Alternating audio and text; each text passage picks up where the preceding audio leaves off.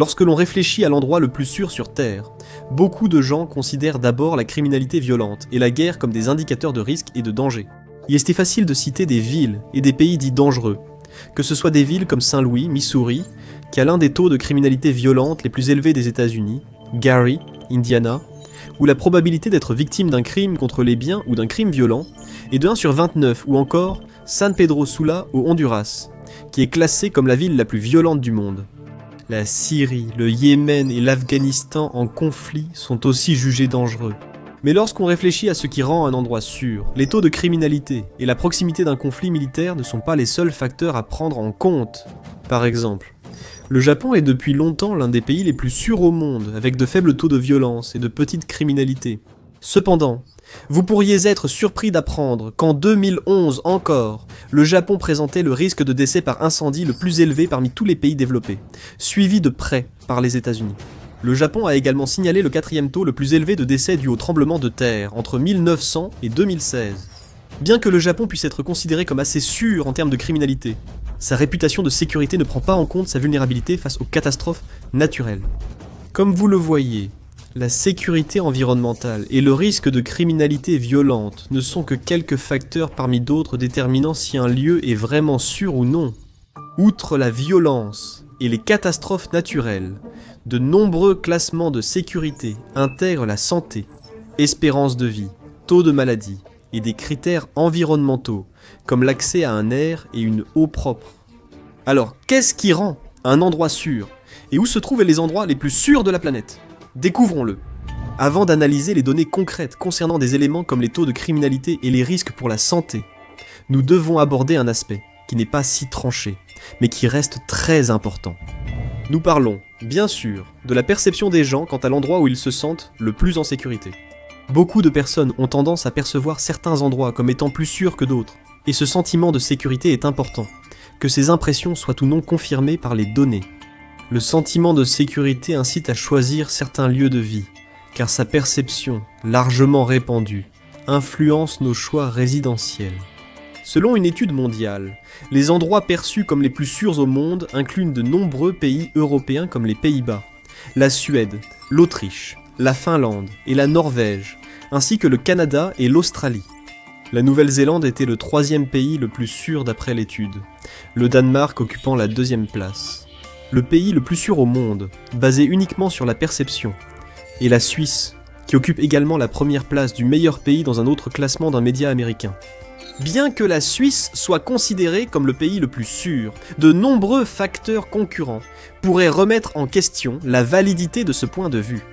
Les perceptions de la sécurité dépendent largement de l'identité et du parcours de chacun, comme la race, le genre, la classe sociale, l'origine ethnique et bien d'autres facteurs. Par exemple, en général, les femmes ont tendance à se préoccuper davantage de leur sécurité personnelle, et à prendre plus de précautions que les hommes. Cela est surtout lié à la crainte de violences sexuelles. Leurs préoccupations sont légitimes. Les femmes ont un taux de criminalité violente plus bas, mais sont 2 fois plus exposées aux violences sexuelles. Ainsi, une femme peut percevoir les endroits, avec des rues mal éclairées, et des ruelles isolées, comme plus dangereux qu'un homme.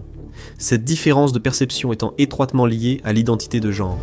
De plus, certaines conditions comme la présence policière sont perçues comme un signe de sécurité par une partie de la population, tandis qu'elles sont considérées comme dangereuses par d'autres, en fonction de leur vécu et de leurs expériences. Par exemple, alors que certains peuvent considérer une forte présence des forces de l'ordre comme un signe de sécurité accrue, des recherches montrent que de nombreux membres de minorités raciales et ethniques perçoivent les forces de l'ordre avec plus de suspicion et de méfiance que les personnes blanches en général. Les expériences avec la police peuvent varier considérablement selon l'origine ethnique et raciale d'une personne, ce qui, dans le cas d'interactions négatives, peut entraîner de la méfiance et un sentiment d'insécurité. Sans surprise, les personnes qui ne s'identifient pas comme blanches ont tendance à signaler de manière disproportionnée un traitement injuste de la part des forces de l'ordre, ce qui est corrélé à une confiance moindre envers la police. La méfiance s'est généralisée à l'échelle nationale avec le mouvement Black Lives Matter aux États-Unis en 2020, remettant en cause l'idée que la police augmente la sécurité. Les perceptions de sécurité ou de danger dépendent souvent de l'identité et des expériences personnelles. En conséquence de ces différentes perceptions, la sécurité peut être difficile à quantifier et à généraliser. Toutes les expériences ne sont pas identiques, et un endroit qui est le plus sûr pour certaines personnes ne l'est pas forcément pour tout le monde. Nous devons donc en tenir compte, en examinant les facteurs actuels de sécurité et de santé dans différentes régions. Mais d'abord, voyons comment ces facteurs ont changé et évolué au fil du temps. Le moment est très important en matière de sécurité. Historiquement, les pays les plus sûrs étaient souvent ceux disposant des meilleures médecines et technologies. Une médecine de qualité assurait une vie plus longue et plus saine, tandis que les technologies pour l'abri, la nourriture et les besoins de base couvraient l'essentiel. D'autres technologies avancées, comme l'accès à la poudre à canon ou aux métaux pour forger des armes, pouvaient protéger les communautés contre les invasions et les conflits militaires. Pourtant, la paix et la sécurité ont souvent été soudainement troublées au fil de l'histoire. De nombreuses tribus autochtones des Amériques ont vécu de la terre pendant des siècles avant l'arrivée des colonisateurs à la fin des années 1400, qui ont apporté maladies, travail forcé, migration et conflits armés. Malgré des conflits tribaux, à certaines époques, la vie dans les Amériques avant les Espagnols est généralement vue comme plus sûre pour les peuples autochtones qu'après la colonisation européenne. Les déterminants de la santé et de la sécurité ont fluctué avec l'évolution des conditions de vie mondiales. Par exemple, l'espérance de vie a augmenté grâce à la médecine et aux soins, tandis que la mortalité infantile a diminué. À l'époque prémoderne, près de la moitié des enfants mouraient avant leur 5e anniversaire. Alors qu'en 2017, la mortalité infantile est tombée à 3,9%. L'accès aux vaccins, aux antibiotiques et à d'autres soins de santé essentiels a considérablement amélioré les résultats sanitaires dans le monde entier, ce qui a accru la sécurité globale. Le risque et le danger ont également augmenté ces dernières années, en particulier avec le développement de technologies dangereuses. La création d'armes nucléaires et d'autres technologies nucléaires au cours du siècle dernier représente un risque catastrophique à l'échelle mondiale. Déjà, certains endroits ont subi et continuent de subir les conséquences catastrophiques des retombées nucléaires, comme à Hiroshima et Nagasaki, lorsque les États-Unis ont bombardé le Japon en 1945, ainsi qu'à Tchernobyl et Fukushima, où des fusions de réacteurs de centrales nucléaires ont eu lieu respectivement en 1986 et 2011. En plus de la dévastation initiale de ces attaques et accidents nucléaires, la radiation persistante de ces lieux reste un danger pour la santé et la sécurité des habitants. La menace constante de guerre et de catastrophes nucléaires est un problème de sécurité récent et en évolution, apparu il y a près d'un siècle. En parallèle, l'inquiétude croissante face au changement climatique a augmenté les risques dans de nombreux endroits depuis les révolutions industrielles. D'ici la fin du XXIe siècle, de nombreux endroits dans le monde seront inhabitables, en particulier les régions les plus chaudes de la planète qui deviendront de plus en plus chaudes, les régions côtières et les îles confrontées à l'élévation du niveau de la mer, ainsi que les zones les plus vulnérables aux ouragans et aux tempêtes tropicales. À mesure que les températures deviennent plus extrêmes, que les sécheresses et les inondations deviennent plus courantes et que les phénomènes météorologiques extrêmes se multiplient, le monde deviendra indéniablement un endroit moins sûr où vivre. Ce sera surtout visible dans les zones les plus vulnérables au changement climatique. De nombreux points de vue sur la santé et la sécurité ont évolué depuis la pandémie de Covid-19, et d'autres maladies comme le virus de l'immunodéficience humaine, le syndrome d'immunodéficience acquise et Ebola. La pandémie de coronavirus, comme d'autres épidémies majeures, a révélé les succès et les failles des systèmes de santé et de gestion des maladies, surtout en milieu urbain. La Covid-19 a été la première pandémie de cette ampleur à survenir dans notre monde tel qu'il est urbanisé aujourd'hui.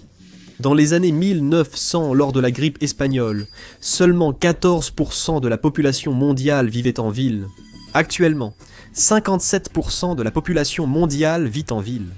La migration vers les villes les a rendus très densément peuplés. Sans protection sanitaire et politiques adéquates, les maladies se propagent vite et les hôpitaux risquent la surcharge. Beaucoup de villes n'étaient pas préparées à gérer la pandémie de coronavirus, comme observé en 2020 et après. D'autres, comme Copenhague au Danemark, Toronto au Canada, Sydney en Australie et Tokyo au Japon, s'en sont particulièrement bien sortis. Ainsi, lorsqu'on réfléchit à l'endroit le plus sûr sur Terre, la sécurité et la résilience des grandes villes ont commencé à jouer un rôle de plus en plus important dans la sécurité globale d'un pays, surtout à mesure que le monde s'est urbanisé au cours du siècle dernier. Avec tous ces exemples, vous pouvez voir que le temps détermine en grande partie ce qui rend un endroit sûr ou non. Alors que notre planète doit faire face à des enjeux contemporains majeurs comme le changement climatique, la propagation des pandémies et les retombées nucléaires, l'état de la sécurité évolue constamment dans notre monde. Les nouvelles avancées dans le domaine de la santé et de la technologie ont amélioré la sécurité de notre monde à bien des égards, tandis que de nouveaux risques apparaissent fréquemment. Alors, quel est l'endroit le plus sûr sur Terre aujourd'hui, en 2023 et au-delà ? Analysons l'état actuel des facteurs dont nous avons parlé, en commençant par la santé. Comme nous l'avons mentionné plus tôt, la santé joue un rôle majeur dans la façon dont nous pouvons envisager la sécurité à travers le monde. L'accessibilité aux soins, la qualité des infrastructures médicales, les taux de maladie et l'espérance de vie renseignent sur la qualité des systèmes de santé selon les lieux. Les taux de natalité et de mortalité infantile influencent les conditions de vie des femmes enceintes et des nouveau-nés. De toute évidence, la santé peut prendre de nombreuses formes, qui peuvent toutes nous renseigner sur l'endroit le plus sûr au monde. En même temps, les taux de suicide, la prévalence des maladies mentales et des soins, ainsi que les indices de bonheur, peuvent nous renseigner sur la santé émotionnelle d'un endroit donné. Ces indices et facteurs influencent sur la santé et la sécurité d'un lieu. Au-delà de cela, cependant, considérons aussi comment des personnes de différents horizons vivent ces conditions de santé et de sécurité. L'accès à des soins de qualité est l'un des principaux facteurs de santé et de sécurité d'une région. Un système de santé publique développé favorise une espérance de vie plus longue et de meilleurs résultats de santé. La qualité et la capacité des soins de santé sont essentiels, surtout lors de crises sanitaires comme la pandémie de Covid-19. En 2021, l'Institut du Commonwealth a analysé les systèmes de santé de 11 pays, à revenus élevés, évaluant l'efficacité, les soins et la qualité des résultats. La Norvège, les Pays-Bas et l'Australie ont été classés comme ayant les meilleurs systèmes de santé selon cette étude. Sur 11 pays, les États-Unis ont été les pires, 6 fois en 20 ans. Une étude sur la perception de la qualité des systèmes de santé montre que le Danemark, l'Allemagne et la Suède sont vus comme ayant les meilleurs systèmes de santé publics mondiaux. De nombreux pays européens et l'Australie sont très bien classés pour l'accès aux soins de santé. Mais qu'en est-il de leur performance dans d'autres domaines de la santé et de la sécurité ? L'accès aux soins renseigne sur la santé d'un pays. Mais les classements seuls ne suffisent pas à refléter la réalité de la santé et de l'accessibilité d'un lieu. L'accès aux soins de santé reste inégal. Même si des hôpitaux et des soins de santé de qualité existent, le coût et d'autres obstacles peuvent rendre ces soins inaccessibles, surtout pour les personnes à faible revenu. À cette époque, les personnes en situation de handicap, âgées, enceintes ou neurodiverses, vivent des expériences variées au travail, à l'école, dans les systèmes de santé et la société, ce qui influence la santé et le bien-être du pays. Les expériences des personnes marginalisées, notamment celles vivant avec des problèmes de santé, un handicap, une grossesse ou le vieillissement, diffèrent fortement selon les pays, indépendamment des infrastructures de santé. Cependant, ces statistiques ne reflètent pas aisément la diversité des expériences personnelles. Alors, comment pouvons-nous commencer à dresser un tableau plus complexe de ce à quoi ressemble la santé et la sécurité dans un lieu donné ? Le taux de maladie est aussi un indicateur utilisé pour évaluer la santé des pays, même si les types de maladies et les méthodes de mesure diffèrent selon les régions. Plusieurs méthodes permettent d'évaluer le risque de maladie dans un pays. Une étude de l'Organisation mondiale de la santé sur le risque de décès prématuré dû à des maladies non transmissibles comme le cancer ou le diabète a montré que la Corée du Sud, la Suisse, le Japon et l'Australie avaient le plus faible risque de décès lié à ces maladies. Le Japon, les Corées et la France comptaient parmi les pays avec les plus faibles taux de maladies cardiaques, en lien avec l'alimentation, l'activité physique et l'obésité. Comme on l'a constaté lors de la pandémie de coronavirus, les maladies transmissibles comme la grippe, la Covid-19, le virus de l'immunodéficience humaine ou le syndrome d'immunodéficience acquise influencent aussi la sécurité d'un lieu. Pendant la pandémie de Covid-19, des pays comme la Chine, la Nouvelle-Zélande, le Burundi, le Vanuatu et le Bhoutan ont appliqué des politiques strictes et enregistré parmi les plus faibles taux de mortalité par million d'habitants. Les taux de mortalité liés aux maladies informent sur le contrôle des maladies et la qualité des soins, tandis que les taux de mortalité généraux reflètent la santé et la sécurité d'un pays. Le Qatar les Émirats arabes unis et Bahreïn comptent parmi les pays au plus faible taux de mortalité, entre 2015 et 2020. On pense que ces taux de mortalité particulièrement bas sont liés à des systèmes de santé bien gérés, à des technologies impressionnantes et en constante amélioration, ainsi qu'à des soins aux patients de très haut niveau. La mortalité infantile peut aussi servir d'indicateur de la santé et du bien-être. La Slovénie, Singapour, l'Islande et Monaco comptent parmi les pays au taux de mortalité infantile les plus faibles. Ainsi, ces pays peuvent être les plus sûrs pour les nourrissons, en raison de leurs soins de santé postnatale, de leur niveau relativement faible de risque potentiel pour les bébés, et d'autres facteurs. Au-delà des taux de mortalité, en examinant d'autres indicateurs de santé et sécurité, on peut se demander où l'espérance de vie est la plus élevée. L'espérance de vie est un indicateur clé pour évaluer la santé et la sécurité d'un lieu. La longévité reflète la génétique, la culture, l'alimentation, les soins de santé, l'environnement, le mode de vie, la criminalité et d'autres facteurs qui rendent un lieu sûr. Parmi les pays ayant la plus longue espérance de vie, on trouve Monaco avec une espérance de vie moyenne de 87,01 ans, le Japon avec 84,95 ans, la Suisse avec 84,38 ans, et Singapour avec une espérance de vie moyenne de 84,27 ans. Au Japon, la longévité élevée s'explique surtout par l'alimentation riche en légumes, fruits, viandes, poissons frais et céréales, l'activité physique et l'investissement dans la santé publique grâce à des programmes de vaccination efficaces et une assurance maladie universelle. L'espérance de vie en Suisse serait due à un mode de vie actif, à une satisfaction générale et à une alimentation riche en produits laitiers, comme le fromage et le chocolat, ainsi qu'au fait que la Suisse consacre un pourcentage plus élevé de son produit intérieur brut ou produit intérieur brut aux soins de santé que tout autre pays de l'Union européenne. La durée de vie dépend fortement de nombreuses conditions de vie influençant santé et sécurité. La santé physique, la longévité et le bien-être mental sont essentiels à la sécurité. Une façon d'examiner le bien-être mental est de regarder les classements du bonheur par pays. Alors, quels sont les pays les plus heureux ? Selon un classement de 2021, la Finlande est le pays le plus heureux du monde. Le Danemark est le deuxième pays le plus heureux du monde. Et la Suisse est le troisième, suivi de près par l'Islande et les Pays-Bas.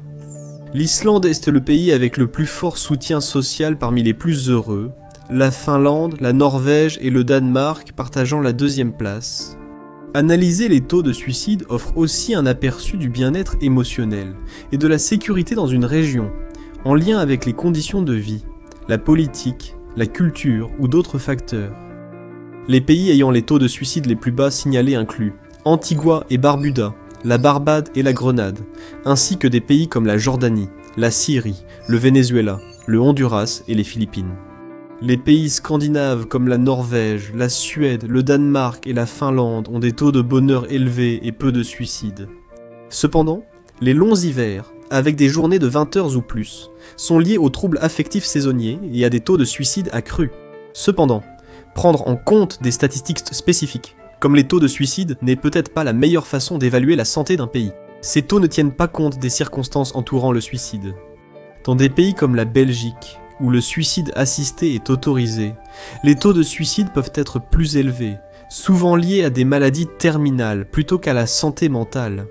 Dans des pays comme la Corée du Sud, les suicides chez les personnes âgées sont fréquents, à cause de structures familiales rendant les aînés financièrement dépendants, et le suicide est parfois vu comme une alternative à la charge familiale.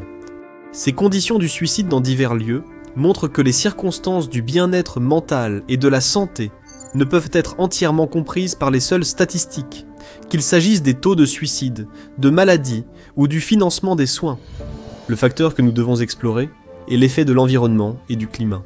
Mais examinons d'abord tous les facteurs de santé dont nous avons parlé jusqu'à présent, et déterminons quels sont les pays les plus sains.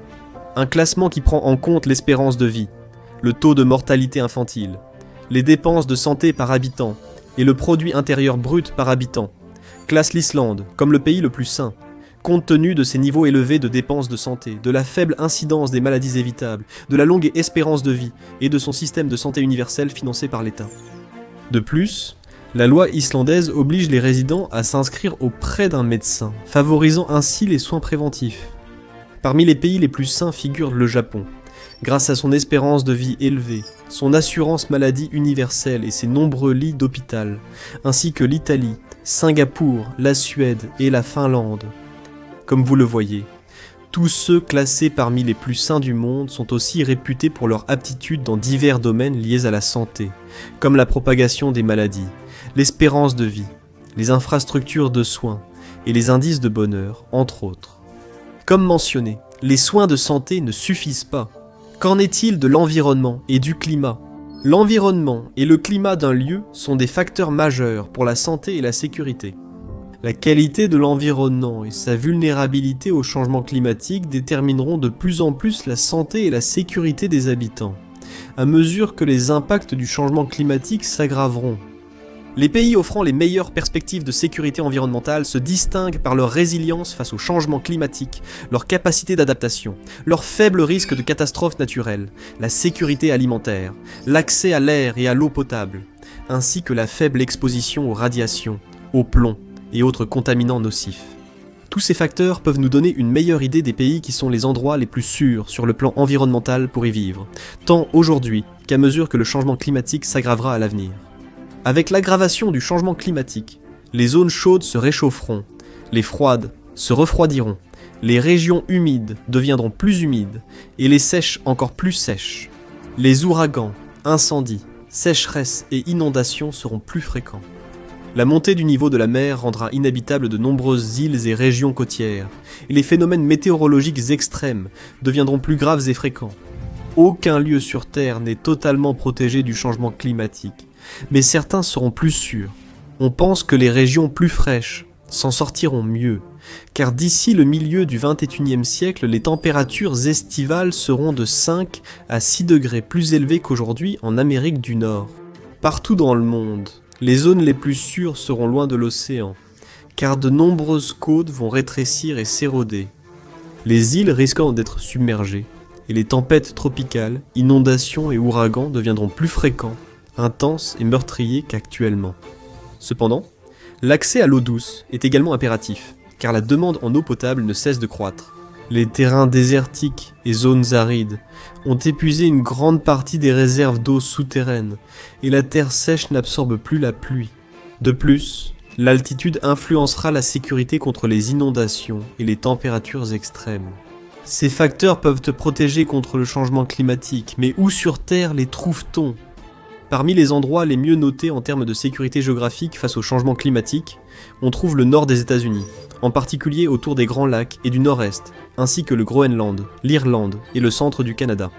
Les pays scandinaves comme la Norvège, la Finlande, la Suède, l'Islande, ainsi que les pays d'Europe du Nord-Centre comme l'Estonie et la Lettonie sont également considérés comme relativement sûrs face au changement climatique, à moins d'un effondrement de la circulation méridienne de retournement de l'Atlantique, ou circulation méridienne de retournement de l'Atlantique. Nous n'entrerons pas dans les détails de ce système, mais un effondrement de cette circulation de l'eau pourrait entraîner des changements de température importants et relativement rapides dans la région, ce qui aurait un impact significatif sur la production alimentaire des pays concernés. Le moment et la probabilité de cet événement restent débattus par les scientifiques, donc ces pays sont inclus pour l'instant. En prenant en compte davantage de facteurs liés à la résilience climatique, tels que les objectifs de réduction des émissions de dioxyde de carbone, les efforts de transition vers les énergies propres et la capacité d'adaptation, ainsi que la géographie. La Norvège est classée comme le pays le moins vulnérable au changement climatique. La Norvège est suivie de la Nouvelle-Zélande, de la Finlande, puis du Danemark, Suède, Suisse, Singapour, Autriche, Islande et Allemagne parmi les pays les plus résilients face au climat. Les systèmes sociaux et politiques gouvernementales influencent fortement ces classements, car ces pays s'engagent à réduire le changement climatique et à quitter les combustibles fossiles. Selon l'Institut mondial de la durabilité, en cas de catastrophe climatique et d'effondrement mondial, la Nouvelle-Zélande serait la mieux placée pour survivre, suivie de la Tasmanie, l'Irlande, l'Islande, le Royaume-Uni, les États-Unis et le Canada. Ces classements ont été établis selon des critères comme l'autosuffisance, la résilience alimentaire, financière, énergétique et l'isolement, par rapport à d'autres pays qui pourraient se tourner vers eux en temps de catastrophe. Vous remarquerez que beaucoup des pays les mieux classés sont des pays européens riches, capables de s'adapter financièrement au changement climatique. Même si certains de ces pays se sont engagés à agir, éviter un changement climatique catastrophique exige une action mondiale. Malgré les engagements de certains pays pour la neutralité carbone ou l'énergie propre, ces lieux restent exposés à de forts risques climatiques si le monde n'abandonne pas les combustibles fossiles. Ainsi, l'engagement à atténuer le changement climatique n'est peut-être pas le meilleur indicateur de sécurité face à ce phénomène.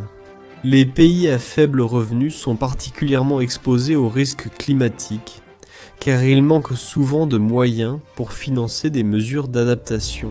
Une autre grande préoccupation en sécurité environnementale est la menace des catastrophes naturelles. La vulnérabilité d'un lieu dépend de la situation socio-économique du pays, des infrastructures de prévention et des facteurs environnementaux qui exposent ou protègent face aux catastrophes. La capacité d'un lieu à s'adapter aux catastrophes naturelles récurrentes, ainsi qu'à faire face et à se reconstruire après une catastrophe, est également très importante. Une revue de 2020 classe le Qatar comme le pays le moins exposé aux catastrophes, suivi de Malte, l'Arabie Saoudite, l'Islande, l'Égypte et la Finlande parmi les 10 plus sûrs face aux catastrophes naturelles. L'adaptabilité et la vulnérabilité aux catastrophes naturelles prennent une importance croissante pour la sécurité avec l'aggravation du changement climatique. La rareté alimentaire est un facteur clé de résilience face au changement climatique, aux catastrophes et pour la santé environnementale et la sécurité d'un lieu. La sécurité alimentaire et la production locale renforcent la sûreté d'un pays en cas de catastrophe, comme la pandémie de coronavirus, où la forte demande a causé des pénuries d'aliments essentiels. L'accessibilité, la disponibilité et la qualité des aliments, ainsi que la sécurité des ressources naturelles, sont évaluées dans un classement de la sécurité alimentaire, qui a montré que la Finlande était le pays le plus sûr en 2021. Parmi les autres pays très bien classés figurent l'Irlande, les Pays-Bas, l'Autriche, le Royaume-Uni, la Suède, le Japon, la Suisse, les États-Unis et le Canada. Ces pays sont donc plus sûrs en cas de pénurie alimentaire et peuvent être des endroits plus sûrs pour les personnes exposées à l'insécurité alimentaire. En dehors des catastrophes et famines, des dégradations environnementales plus lentes et moins intenses menacent aussi la santé et la sécurité, notamment l'accès à l'air pur et à l'eau propre. La pollution et le changement climatique vont de pair, affectant la santé et la sécurité de milliards de personnes dans le monde entier. Début juin 2023, plus de 120 millions d'Américains ont été invités à rester chez eux à cause de la mauvaise qualité de l'air. Le ciel autour de New York est devenu orange sombre lorsque les incendies de forêt au Canada ont recouvert le nord-est des États-Unis de fumée et de cendres. La fumée des incendies de forêt, les émissions de combustibles fossiles, l'incinération des déchets et d'autres polluants nuisent fortement à la qualité de l'air, présentant de sérieux risques pour les personnes souffrant de maladies respiratoires, les femmes enceintes, les personnes âgées, les enfants, et parfois pour tous. Les pays et territoires ayant l'air le plus pur comprennent Guam, la Polynésie française et d'autres îles des tropiques, ainsi que l'Islande, l'Australie, la Nouvelle-Zélande, la Finlande, la Suède et la Norvège. L'accès à une eau potable propre est essentiel, car des cours d'eau contaminés favorisent la propagation de maladies, des malformations, des problèmes de reproduction ou de santé à long terme. Les pays ayant l'eau la plus propre comprennent l'Autriche, la Finlande, la Grèce, l'Islande et l'Irlande, ainsi que les Pays-Bas, la Norvège et la Suisse. Un autre facteur majeur à prendre en compte pour la sécurité environnementale est le taux d'exposition à des produits chimiques et des contaminants mortels tels que le plomb, les produits chimiques éternels, les radiations et bien d'autres. Ces contaminants peuvent avoir un impact considérable sur la santé des personnes, en particulier celles dont le système immunitaire est affaibli, les femmes enceintes, les personnes âgées, les jeunes et les personnes en situation de handicap. Dans un classement des pays les moins toxiques au monde, le Kenya a été classé en tête, suivi de la Tanzanie, de l'Éthiopie, du Mozambique et du Cameroun. De nombreux pays développés ont une toxicité plus élevée due à la pollution et aux produits chimiques liés au développement rapide. 8 des pays les plus toxiques sont au Moyen-Orient, où l'extraction pétrolière est majeure et le développement rapide. À travers tout cela, nous pouvons voir que l'environnement qui nous entoure joue un rôle majeur en ce qui concerne notre sécurité.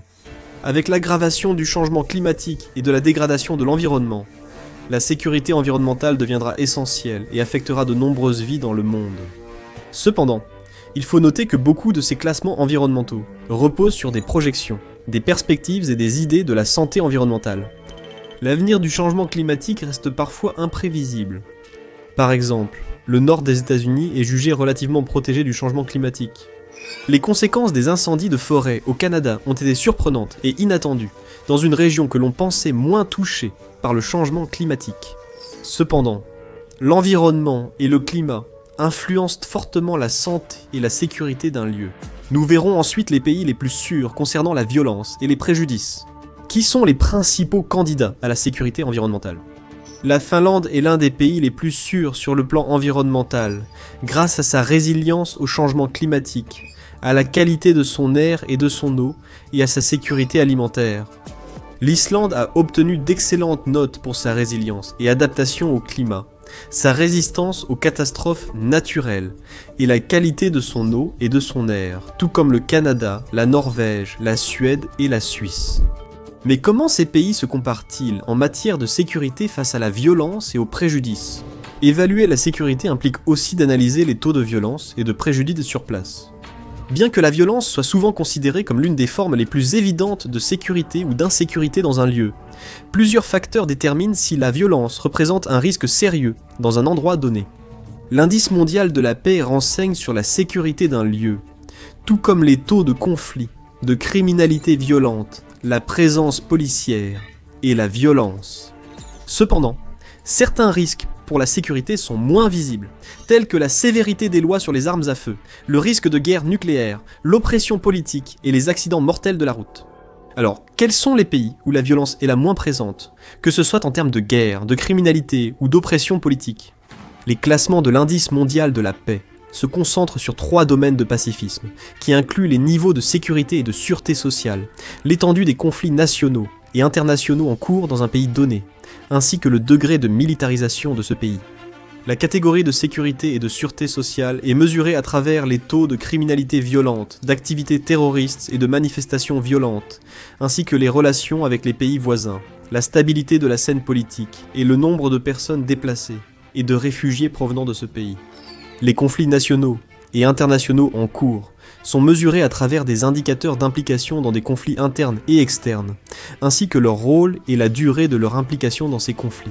Enfin, les indicateurs du degré de militarisation incluent les niveaux de renforcement militaire, l'accès aux armes, le niveau de pacifisme, les dépenses militaires en pourcentage du produit intérieur brut, le nombre d'officiers des forces armées et les contributions financières à la mission de maintien de la paix des Nations Unies.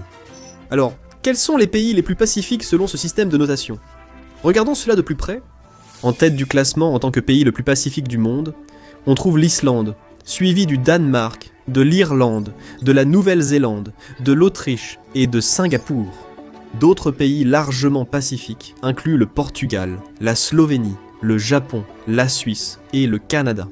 L'indice mondial de la paix renseigne sur la paix et la violence d'un pays, mais il ne faut pas se limiter aux conflits militaires et à la criminalité violente.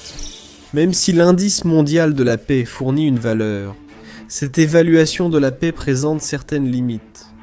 Par exemple, la militarisation, la possession d'armes et le nombre d'officiers peuvent donc faire croire que de nombreux grands pays développés et riches sont dangereux à cause de leur présence militaire.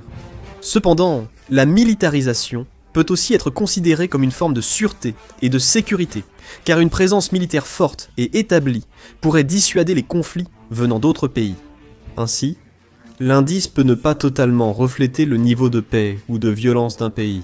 Et il est important de comprendre la sécurité dans le contexte plus large de la situation politique et sociale d'un pays. Au-delà de la militarisation et de la participation aux conflits militaires, la guerre nucléaire est apparue et s'est intensifiée comme une menace majeure pour la sécurité au cours du siècle dernier. De nombreuses grandes villes dans le monde, en particulier aux États-Unis, et dans d'autres pays développés et riches ayant accès à l'arme nucléaire, comme la Russie, la France, la Chine, le Royaume-Uni, le Pakistan, l'Inde, Israël et la Corée du Nord, sont exposés au risque d'attaques nucléaires à grande échelle. Les pays engagés dans des conflits militaires mondiaux sont aussi plus exposés aux attaques. Avec l'ampleur des impacts nucléaires, tant immédiats que sur le long terme, comme on l'a vu lors du bombardement d'Hiroshima et de Nagasaki par le gouvernement des États-Unis, la prolifération de l'arsenal nucléaire, estimé à 13 000 armes, suggère que la planète entière est en danger. Alors, Où se trouve l'endroit le plus sûr en cas d'attaque nucléaire? Tarokato. La Suisse, par exemple, dispose d'assez de place pour protéger 100% de sa population dans des abris anti-explosion. L'Australie et la Nouvelle-Zélande, selon les scientifiques, sont géographiquement les mieux placés pour survivre à une apocalypse nucléaire, tout comme l'Islande, les îles Salomon et le Vanuatu. Cependant, les alliances militaires et l'implication évoluent constamment. Il est donc difficile de prédire la sécurité en cas de retombée nucléaire. Nous avons vu comment la militarisation et les menaces de guerre influent sur la sécurité. Qu'en est-il de la violence interne d'un pays? Le maintien de l'ordre protège-t-il ou nuit-il aux populations mondiales? On croit souvent que la police nous protège, mais sa présence n'est pas forcément le meilleur signe de sécurité dans un pays. L'usage de la force létale entraîne un risque important, surtout avec des lois sur les armes à feu plus souples. L'Islande, le Danemark et la Suisse comptent parmi les pays ayant le moins de morts causées par la police, sans signaler de décès policiers chaque année. L'Islande n'a eu qu'un décès lié à la police dans son histoire, et ses policiers ne sont pas armés. Le Portugal, la Suède, la Norvège, la Finlande et la Nouvelle-Zélande comptent parmi les pays les plus sûrs face aux violences policières.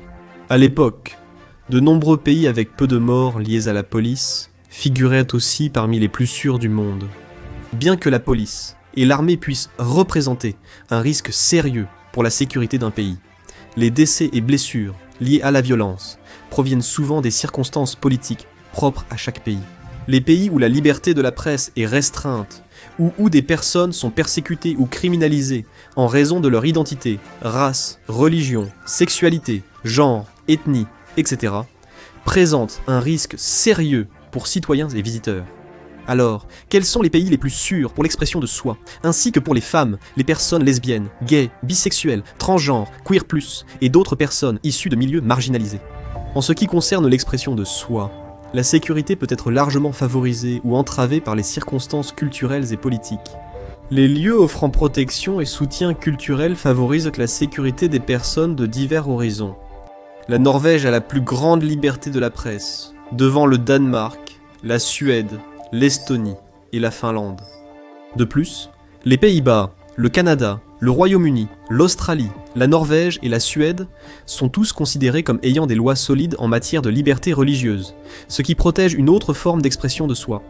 En même temps, la Norvège est considérée comme l'un des pays les plus égalitaires au monde en matière de genre, avec des efforts considérables pour élargir les droits des femmes et soutenir l'autodétermination, ainsi que l'expansion des opportunités pour les femmes et les filles.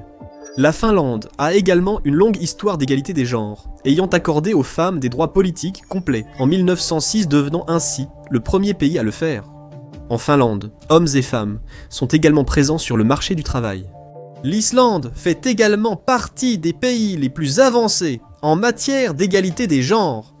Et en Islande, il existe une loi stipulant qu'aucun conseil d'administration de société publique, conseil gouvernemental ou comité ne peut compter moins de 40% de représentation de chaque genre. Le Danemark, le Luxembourg, la Suisse et la Suède sont aussi réputés pour garantir l'équité entre les sexes. En même temps, le Canada est classé comme le pays le plus accueillant pour les personnes lesbiennes, gays, bisexuelles, transgenres, queer au monde, suivi par la Suède et les Pays-Bas. En raison de leur bilan législatif en matière de droits lesbiennes, gays, bisexuels, transgenres, queer+, et de mariage homosexuel, les Pays-Bas sont connus pour être le meilleur pays en termes d'équité raciale, suivi par la Suède, la Norvège, le Canada et la Finlande, selon la perception du public. Tous ces facteurs contribuent grandement à la sécurité d'un lieu et des personnes de tous horizons qui y vivent. Un autre facteur important pour la sécurité est lié au taux de mortalité routière et piétonne, qui peuvent démontrer une forme de préjudice qui n'est pas toujours intentionnelle, mais qui a de graves implications pour la sécurité. Les endroits les plus sûrs pour conduire dans le monde incluent Saint-Marin, avec aucun décès signalé pour 100 000 habitants, la Micronésie, les Maldives, la Norvège, la Suède, le Danemark et la Suisse, entre autres.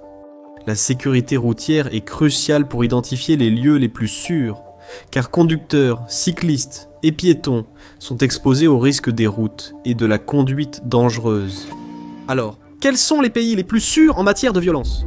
La Norvège, la Finlande, la Suisse, la Suède et le Danemark sont considérés comme sûrs face à la violence, grâce à leurs bonnes notes en liberté d'expression, ce qui indiquerait une sécurité accrue pour les personnes marginalisées. Alors, en prenant en compte tout ce dont nous avons parlé, quel est l'endroit le plus sûr sur Terre? Il peut être difficile d'affirmer avec certitude qu'un pays est le plus sûr, étant donné à quel point les classements basés sur la perception sont subjectifs, et à quel point certaines analyses statistiques peuvent être limitées. Il est important de se rappeler que chaque endroit ne sera pas aussi sûr pour tout le monde, et que les gens viennent d'horizons et d'expériences différents. Cependant, en utilisant de nombreux raisonnements, et en évaluant la sécurité sous différents angles, nous avons réduit la liste à un pays qui est plus sûr que les autres. Au final, l'Islande est le pays le plus sûr du monde, surtout compte tenu de ses classements comme le pays le plus sain et le plus paisible au monde. Non seulement cela, mais l'Islande ne possède aucun animal nuisible ou dangereux, y compris les moustiques, les tiques, les ours, les serpents ou les araignées venimeuses. Elle soutient fortement l'équité pour tous, a un taux de criminalité très bas, possède un air et une eau très propres, n'a pas d'armée et sa police ne porte pas d'armes à feu. Elle est aussi très résiliente face aux changements climatiques, aux catastrophes naturelles et à la guerre nucléaire. Parmi les autres principaux prétendants figurent Marbioc la Suisse, le Danemark, la Nouvelle-Zélande, la Norvège, la Suède et la Finlande. L'Islande arrive finalement première. Et votre pays, où se situe-t-il en matière de sécurité? Où vous sentez-vous le plus en sécurité? Dites-le nous dans les commentaires. Voyez pourquoi les pays chauds sont plus pauvres que les froids, ou quel est l'endroit le plus inaccessible du monde.